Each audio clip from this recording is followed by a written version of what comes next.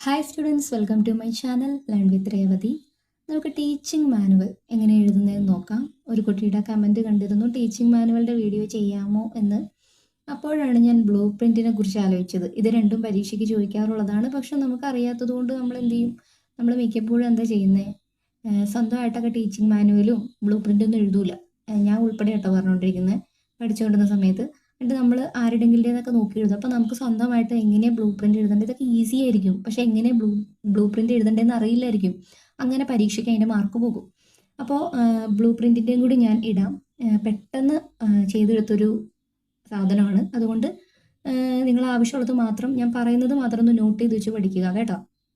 അപ്പോൾ ടീച്ചിങ് മാനുവലിൻ്റെ ഒരു മോഡൽ നോക്കുകയാണെങ്കിൽ ആദ്യം തന്നെ നമ്മൾ എഴുതേണ്ടത് പ്രാഥമിക വിവരങ്ങളാണ്. പ്രാഥമിക വിവരങ്ങൾക്ക് ശേഷം പഠന നേട്ടം, ആശയങ്ങൾ, പ്രക്രിയാശേഷികൾ, മൂല്യങ്ങൾ, മനോഭാവങ്ങൾ, അതിനുശേഷം പഠനോപകരണങ്ങൾ. ഇത്രയാണ് നമ്മൾ എഴുതുന്നത്.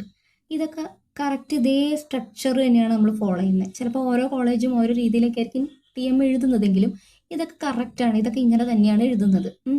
അതിലാദ്യത്തെ പ്രാഥമിക വിവരങ്ങളിൽ സ്കൂളിൻ്റെ പേര്, അധ്യാപക വിദ്യാർത്ഥിയുടെ പേര്, ക്ലാസ്, വിഷയം, യൂണിറ്റ്, ഉപയൂണിറ്റ്, സമയം എന്നിവ കൊടുത്തു. ഉപയൂണിറ്റ് ഇല്ലെങ്കിലും സ്കൂളിൻ്റെ പേര് എഴുതുക, നമ്മുടെ പേര് എഴുതുക. അതുപോലെ ക്ലാസ്, തീയതി എഴുതുന്നവരുണ്ട്. തീയതി എഴുതണം കേട്ടോ, തീയതി എഴുതണം. തീയതി ഇതിനകത്ത് ആഡ് ആയിട്ടില്ല. അപ്പോൾ സ്കൂളിൻ്റെ പേര്, അധ്യാപക വിദ്യാർത്ഥിയുടെ പേര്, തീയതി, ക്ലാസ്, വിഷയം, യൂണിറ്റ്, സമയം എന്നിവ നൽകിയതിന് ശേഷം നമ്മൾ പഠന നേട്ടം. ഇവിടെ എന്താണ് പഠന നേട്ടം? ഇവിടെ സ്കൂളിൻ്റെയും അധ്യാപക വിദ്യാർത്ഥിയുടെ പേര് കൊടുത്തിട്ടില്ല. അപ്പം നമുക്ക് എന്തെങ്കിലുമൊക്കെ എഴുതാം. ക്ലാസ് 7 എന്നാണ് കൊടുത്തേക്കുന്നത്. വിഷയം ഗണിതമാണ്. യൂണിറ്റ് അംശബന്ധം. ഉപയൂണിറ്റ് 2 അളവുകൾ തമ്മിലുള്ള അംശബന്ധം. സമയം 40 മിനിറ്റ് ആണ് കൊടുത്തേക്കുന്നത്. ഇതൊക്കെ ക്വസ്റ്റ്യനിൽ ഉണ്ടായിരിക്കും. ഇതൊക്കെ നമുക്ക് അങ്ങോട്ട് എഴുതിയാൽ മതി അല്ലേ? പഠന നേട്ടം, 2 അളവുകൾ തമ്മിലുള്ള അംശബന്ധത്തെ വ്യത്യസ്ത രീതിയിൽ വ്യാഖ്യാനിക്കുന്നു. ഇത് കഴിഞ്ഞ പരീക്ഷയ്ക്ക് ചോദിച്ചതാണ്. അംശബന്ധത്തെ വ്യത്യസ്ത രീതിയിൽ വ്യാഖ്യാനിക്കുന്നത് തെളിയിക്കാൻ. ഇതൊരു ക്വസ്റ്റ്യൻ കഴിഞ്ഞ വർഷം വന്നതാണ്.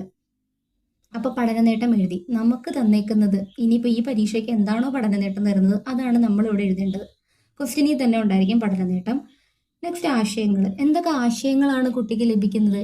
എന്തൊക്കെ ആശയങ്ങളാണ് ഇതിലൂടെ ഉണ്ടാകുന്നത്? അപ്പോൾ പഠനനേട്ടത്തിന് ശേഷം ആശയങ്ങൾ, പ്രാഥമിക വിവരങ്ങൾ കഴിഞ്ഞ് പഠനനേട്ടം കഴിഞ്ഞ് ആശയങ്ങൾ എഴുതുകയാണ്. ഇവിടെ ആശയങ്ങൾ വരുന്നത് അംശബന്ധം, അംശബന്ധത്തിന്റെ രേഖപ്പെടുത്തൽ, അതുപോലെ അംശബന്ധത്തിന്റെ ലഘൂകരണം. അതിനുശേഷം പ്രക്രിയാശേഷികൾ വരികയാണ്. നിരീക്ഷണം, താരതമ്യം, വിശകലനം, ആശയവൽക്കരണം. അത് കഴിഞ്ഞ് കുട്ടി നേടുന്ന മൂല്യങ്ങൾ, മനോഭാവങ്ങൾ, സഹകരണം, കൃത്യത, യുക്തിചിന്ത. അതിനുശേഷമാണ് എന്ത് വരുന്നത്? പഠനോപകരണങ്ങൾ. നമ്മൾ എന്തൊക്കെ പഠനോപകരണങ്ങൾ യൂസ് ചെയ്തു? ചിത്രകാർഡുകൾ, വർണ്ണക്കടലാസ്, ചോക്ക്, ബ്ലാക്ക് ബോർഡ്, ഇതൊക്കെയാണ് യൂസ് ചെയ്തേക്കുന്നത്. അപ്പം നമുക്ക് തന്നേക്കുന്ന പ്രവർത്തനത്തിനനുസരിച്ച് നമ്മൾ യൂസ് ചെയ്തേക്കുന്ന പഠനോപകരണങ്ങളെ അവിടെ നൽകുക. അപ്പോൾ ആദ്യം തന്നെ പ്രാഥമിക വിവരങ്ങൾ കൊടുത്തു, പഠന നേട്ടം കൊടുത്തു, ആശയങ്ങൾ കൊടുത്തു. അത് കഴിഞ്ഞ് പ്രക്രിയാശേഷികൾ, മൂല്യങ്ങൾ, മനോഭാവങ്ങൾ, പഠനോപകരണങ്ങൾ. ഇതിന് ശേഷം നമ്മൾ രണ്ട് ടേബിൾ അല്ലെ, ടേബിൾ 2 കോളമാക്കി ഒരു സ്ഥലത്ത് പ്രവർത്തനമെന്നും ഒരിടത്ത് വിലയിരുത്തലെന്നും നമ്മൾ എഴുതി. പ്രവർത്തനത്തിൽ ഇപ്പം ഇവിടെ ഞാനൊരു മോഡൽ പോലെ കൊടുത്തിട്ടുണ്ട്. ഇത് നിങ്ങൾ നോക്കണ്ട. ഇത് അംശബന്ധം എന്ന ടോപ്പിക്കുമായി ബന്ധപ്പെട്ടിട്ടാണല്ലോ എഴുതിയേക്കുന്നത്. നിങ്ങൾ എങ്ങനെയാണോ TM എഴുതിയത് ആ രീതിയിൽ വേണം നിങ്ങൾ ഈ കോളം ഫില്ല് ചെയ്യാനായിട്ട്. ഇപ്പോൾ ടീച്ചർ ക്ലാസ്സിലേക്ക് പ്രവേശിച്ചു, കുട്ടികളുമായി സൗഹൃദ സംഭാഷണത്തിൽ ഏർപ്പെട്ടു, അതിനുശേഷം ടീച്ചർ പഠിപ്പിക്കാൻ ആരംഭിച്ചു. പഠിപ്പിക്കുന്നത് ഇന്ന കാര്യമാണ്, നമ്മളത് മെൻഷൻ ചെയ്തു. അതിനുശേഷം പ്രവേശക പ്രവർത്തനം നൽകി. ഇവിടെ പ്രവേശക പ്രവർത്തനം അധ്യാപിക 4 ചുവപ്പ് പെൻസിലും 8 നീല പെൻസിലും കാണിക്കുന്നു. എന്നിട്ട് ചോദിക്കുകയാണ് ഏത് നിറത്തിലുള്ള പെൻസിലുകളാണ് കൂടുതൽ, എത്ര കൂടുതൽ, ഇവയെ താരതമ്യം ചെയ്യുക. അതിനുശേഷം വിലയിരുത്തുകയാണ്. കുട്ടികളുടെ പ്രതികരണമാണ് നെക്സ്റ്റ് കോളത്തിൽ. കുട്ടികൾ നിരീക്ഷിക്കുന്നു, നീല പെൻസിലുകൾ കൂടുതലാണെന്ന് പറയുന്നു, താരതമ്യം ചെയ്യുന്നു, ആശയങ്ങൾ മുന്നോട്ട് വയ്ക്കുന്നു. അപ്പം നമ്മൾ എന്താണോ ഇപ്പുറത്ത് കൊടുത്തേക്കുന്നത് അതിന്റെ പ്രതികരണം, ആ കുട്ടികളുടെ പ്രതികരണം നമ്മൾ അപ്പുറം എഴുതുന്നു. നമ്മുടെ കയ്യിലാണ് ഇതൊക്കെ കിടക്കുന്നത് അല്ലേ? അതിനുശേഷം നമ്മൾ ആക്ടിവിറ്റീസ് കൊടുക്കും. Activity 1, activity 2, activity 3. ആ പീരീഡിൽ നമ്മൾ എത്ര ആക്ടിവിറ്റി കൊടുക്കാൻ ഉദ്ദേശിക്കുന്നു ആ ആക്ടിവിറ്റി ഒക്കെ മെൻഷൻ ചെയ്യുക ഫസ്റ്റ് കോളത്തിൽ. പക്ഷെ ആക്ടിവിറ്റി മാത്രം മെൻഷൻ ചെയ്താൽ മതിയോ? ആക്ടിവിറ്റി മാത്രം മെൻഷൻ ചെയ്താൽ പോരാ, അധ്യാപികയുടെ ക്രോഡീകരണം കൂടി വേണം. നമ്മൾ ആ ആക്ടിവിറ്റി മെൻഷൻ ചെയ്ത് നമ്മൾ നമ്മുടേതായ ക്രോഡീകരണം കൂടി കൊടുക്കണം. ഇതൊക്കെ നിങ്ങൾ എഴുതിയേക്കുന്നതാണ്. അതുപോലെ തന്നെ തൊട്ടടുത്ത് കുട്ടികളുടെ പ്രതികരണവും കൊടുത്തു പോവുക. ലാസ്റ്റ് നമ്മൾ എങ്ങനെ വേണം അവസാനിപ്പിക്കാൻ? ലാസ്റ്റ് തുടർ പ്രവർത്തനം നൽകി അവസാനിപ്പിക്കണം. തുടർ പ്രവർത്തനങ്ങളും കൂടി കൊടുത്തിട്ട് വേണം നിർത്താനായിട്ട്. വീട്ടിൽ ചെന്നിട്ട് അവർക്ക് ചെയ്യാൻ പറ്റുന്ന ആക്ടിവിറ്റീസ് കൊടുത്തുവിടുക. ഹോംവർക്ക്, ഗൃഹപാഠം, അത് ഞാനിവിടെ കൊടുക്കാൻ വിട്ടുപോയി.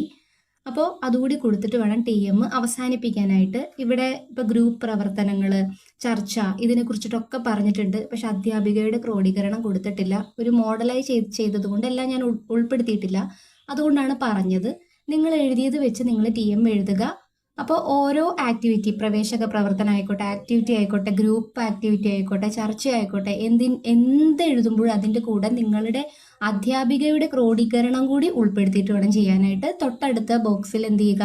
കുട്ടികളുടെ പ്രതികരണം, വിലയിരുത്തൽ കൂടി നമ്മൾ എഴുതണം. അപ്പോൾ ഈ ഒരു രീതിയിൽ വേണം TM എഴുതാനായിട്ട്. ഇനി ബ്ലൂ പ്രിന്റിന്റെ വീഡിയോ തൊട്ടടുത്ത ക്ലാസ് ആയിട്ട് തന്നെ അപ്ലോഡ് ചെയ്തേക്കാം. അപ്പോൾ എല്ലാവർക്കും ക്ലാസ് യൂസ്ഫുൾ ആയെന്ന് വിചാരിക്കുന്നു. സപ്പോർട്ട് ചെയ്യുക, ലൈക്ക്, ഷെയർ, സബ്സ്ക്രൈബ്.